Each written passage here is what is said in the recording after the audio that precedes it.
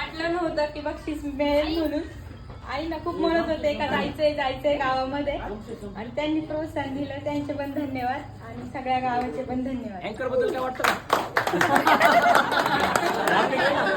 भाऊजी बद्दल बोला. भाऊजी आबाई भाऊजी खूप छान आहे. आमच्या पिल्लूच्या कार्यक्रमाला आले होते तेव्हा पण खूप आम्ही मजा केली. अरे हा हा बर्थडे खूप छान करता तुम्ही अँकर. तुम्हाला पण शुभेच्छा इथून पुढच्या वाटचालीसाठी. थँक्यू.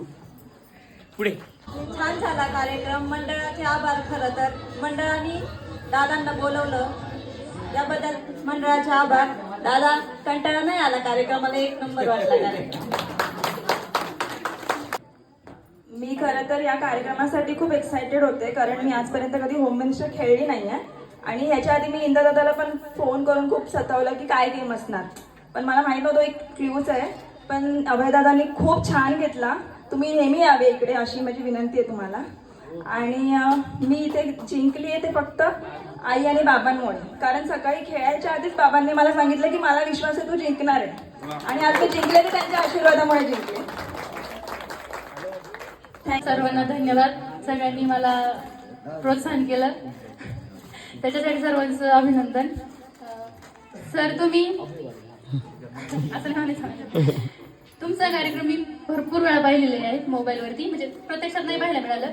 पण आतापर्यंत जेवढे मी होम मिनिस्टर पाहिलेत, म्हणजे मी माझ्या माहेरी असताना किंवा वगैरे, तेव्हा त्या होम मिनिस्टरपेक्षा हा होम मिनिस्टर आहे ना मला इतका आवडलाय आणि इतका अप्रतिम होता. खेळ खेळ प्रत्येक खेळात काहीतरी वेगळं काहीतरी वाटलं. म्हणजे थोडं एफर्ट्स घ्यावं लागले, पण ते एफर्ट्स शिवाय सुद्धा बक्षिसाला मजा नाहीये. त्याच्यामुळं सर तुमचं धन्यवाद तुम्ही आल्याबद्दल. सगळ्यांचं धन्यवाद. जोरदार टाळ्या वाजवायच्यात एकदा आबाईसाठी.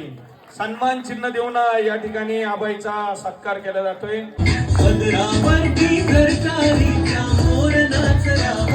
टाळ्या वाजवा.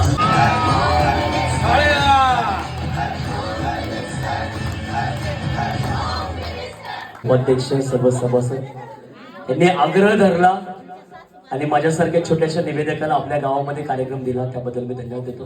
इकडे ना पाठीमागून या बाजूला सानिका ये इकडं. इथं उभे राहा.